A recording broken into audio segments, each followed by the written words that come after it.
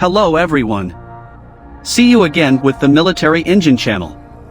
In this video we will discuss about one of Russia's most feared bombers during the Cold War, namely the Tu-22M.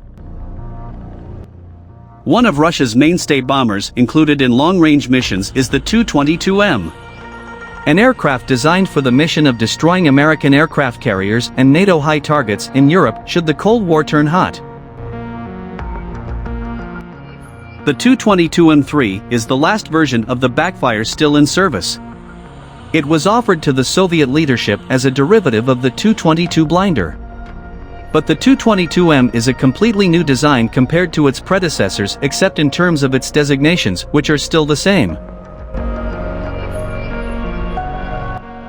The Soviet military is likely to have to trick the Kremlin into funding the Backfire in the same way the US Navy did when it convinced the US Congress that almost all parts of the F divided by A-18E divided by F Super Hornet were completely new to the F/A-18.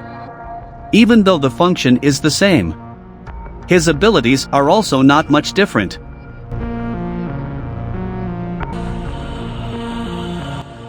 The first Tu-22M0 prototype was completed in 1969 and made its first flight that year on August 30th of the same year.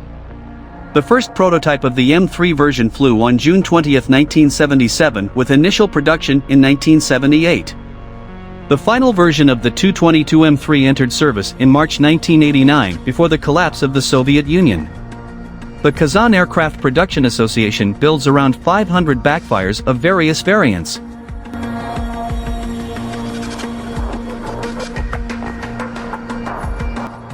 When the Backfire was introduced into service, it immediately attracted a lot of attention from the US Navy because it was designed to carry a large number of anti-ship cruise missiles.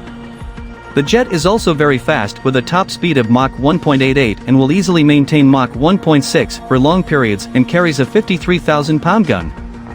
That means the Tu-22M3 can carry 10 Raduga Kh-15 anti-ship missiles or 3 large Raduga Kh-22 missiles, both of which can travel at speeds of around Mach 5.0. The 13,000-pound Kh-22 is feared because it has a long range of up to 320 nautical miles and carries 2,200 warheads that can knock out an aircraft carrier with a single blow. But it also carries conventional bombs, 7 FAB-250s or 8 FAB-1500 guns.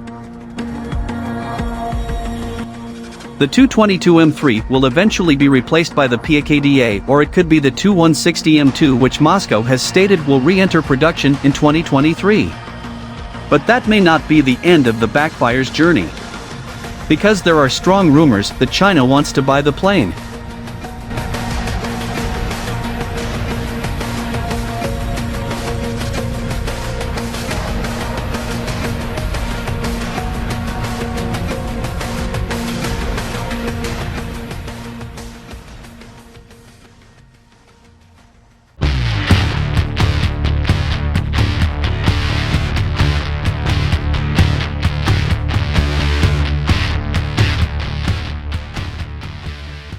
Created in 1980 by the Tupolev Design Bureau, the Tu-160 is a manifestation of the prowess of the Russian Air Force to date. With a massive 54 meters long body and a long wingspan, the Tu-160 is actually capable of flying up to supersonic speeds, 2.05 Mach.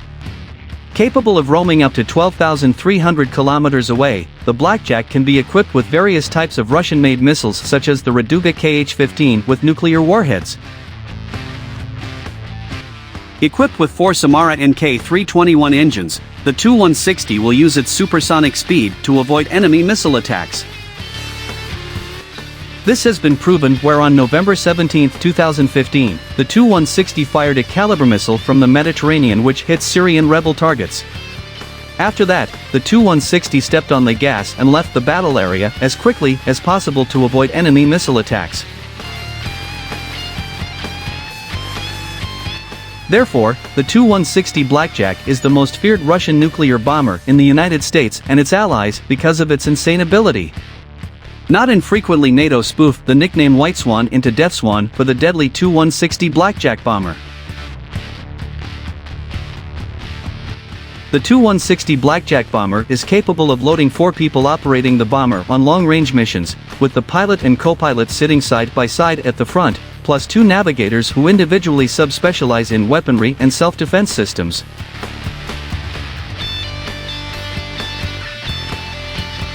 The Tu-160 Blackjack bomber is claimed to be much larger and has a maximum speed of 70% faster than the USB-1 Lancer.